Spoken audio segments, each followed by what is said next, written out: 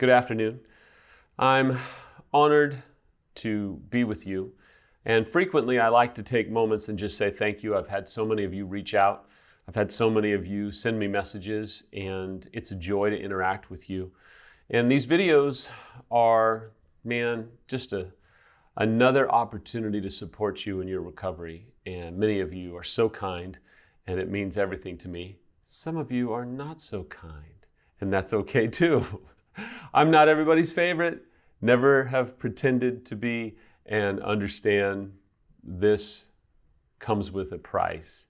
And for those that are on this journey of healing, we are all in this together. Today I want to talk to you about an approach that is very hurtful and problematic early on in recovery. If you are years down the road, you'll probably, and you might even be months down the road, and when I talk to you about this problematic approach, you'll probably look back and go, yeah, that was difficult for us. If you are new in this journey, this video might help you. It might help you take a deep breath. It might help you feel better about where you're at and the frustration that you're feeling with maybe people around you who are trying to do this. So I hope that it helps you, and I hope that it comforts you, no matter where you're at, no matter what time of day or night it might be. If you found this video, I trust that it can help you in some small or even big way. The problematic approach is early on in recovery, so many people, even well-meaning people, will say, well, you need to decide what you're going to do. Are you going to stay? Or are you going to go? Let's go. We need to decide, and then we'll lay out a plan. And that's a disaster. That can come from well-meaning professionals or coaches. It typically comes from people who've never been through infidelity before. And they think that they are streamlining the process. They think, okay, let's go. Let's make a decision and here we go. It sometimes comes from control freaks who think, okay, I am here, I'm on my white horse, I've come to help you, and we're going to ride off into the sunset of healing. Either saving your marriage or not saving your marriage. Here we go, let's decide. And I feel like I can say this because I'm a church folk, and church folk can be the worst because we can say, well, you got to decide.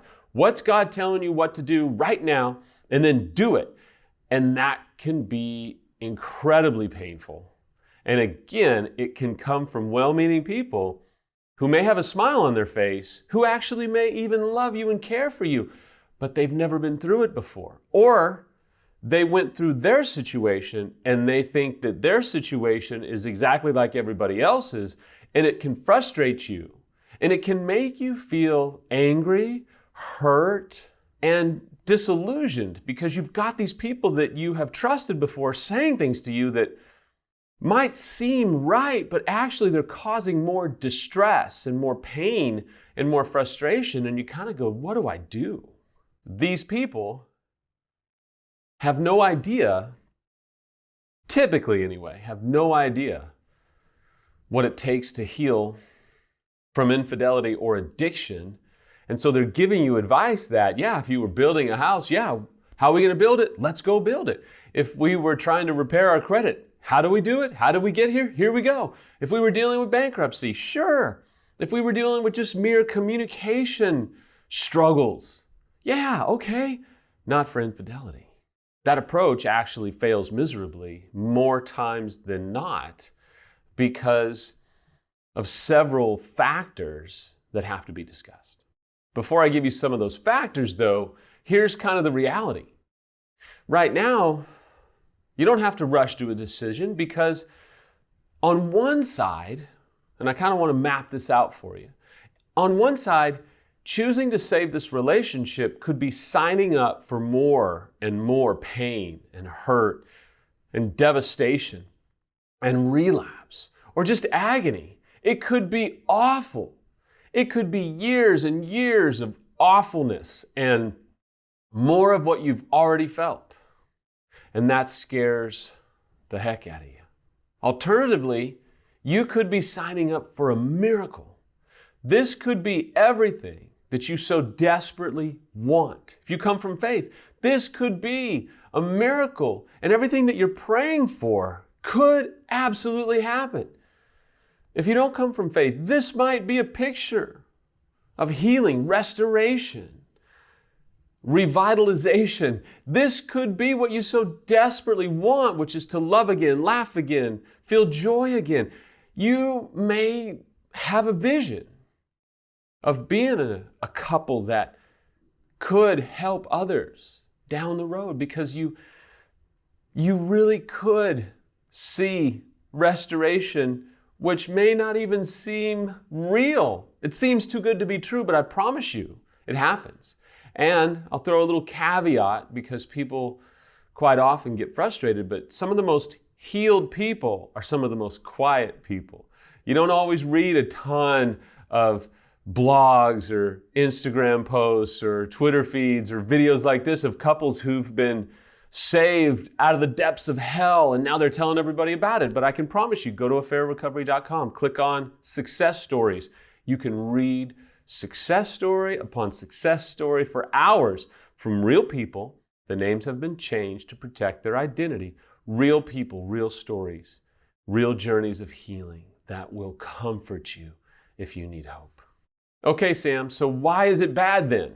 Get to the point. The point is, number one, for the betrayed, when you are early on into trying to just get your wits about you, you experience what they call an ambivalent attachment style, meaning some days you want to be close to the unfaithful. Some days you want to be a million miles away. Some days you want to be intimate. Some days you're like, don't touch me. Some days you want to draw near and say, hey, let's laugh, let's have fun, let's go on a date, let's be together. Some days you think, I never want to be around you ever again. Some days you think, come close to me. Some days you think, please go to the other side of the galaxy. It's an ambivalent attachment style. Dr. John Haney, who you can find on our website, who's done a number of videos, one of our keynote speakers at conferences and helps facilitate our EMS weekend, says there's this push and pull. Push you away, unfaithful. Pull you close, unfaithful. It's so hard.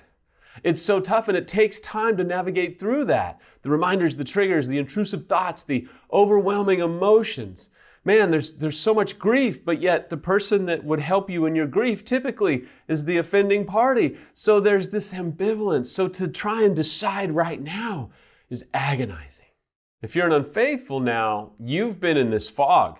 You need to detox. If you're looking for more insight on how to detox from the affair partner, you can go to affairrecovery.com. Rick, our lead therapist and founder, and has saved my life several times, has talked about it. I've done some videos on detoxing. So if you need those or want those, reach out, we'll help you. But the unfaithful has to detox. You've been in this state of mind fueled by chemicals like dopamine and oxytocin. Man, they're so misleading. And your brain is a mess. Your brain is fried. You've been in a drug-like state. Is now the time to decide what you're going to do, stay or go? Is now the time to decide if your marriage or relationship is going to work? You're not even right with yourself. How can you be expected to make these types of decisions? The unfaithful needs a roadmap. The unfaithful needs a guide. The unfaithful needs a process, even group support, expert help on how to navigate through this to make decisions. The betrayed needs an expert third party that you can trust for objective insight, experienced insight, and they can provide a roadmap to help you heal. As I end today, I want to tell you there's no crystal ball. You just don't know. Not everybody makes it. Sadly, I wish that I could tell you you're going to make it. I can tell you if both of you are willing to do your work, you absolutely can make it. If only one of you are willing to do the work, it's going to be really hard. But don't fall into the trap that you have to decide right now. Now, if you're years into recovery, I'll throw out that caveat, if you will, that you kind of have to decide, look, we've been doing this for years. And that's where the expert third party of an infidelity specific nature who's been doing this for decades can finally come in and say, hey, let me provide some direction here. But if you're not years in and you're months in, weeks in, maybe you are a year in, but you've been living in this pretend normal, go along to get along state, it's about time that you start to reevaluate your process, maybe even your practice. But I want to leave you with this. So many well-meaning people have caused so much hurt and pain in my own life. And I want to tell you, you need safety and you need the right people, because if you get the right people, you'll get the right process. I hope that you will not throw in the towel on yourself today.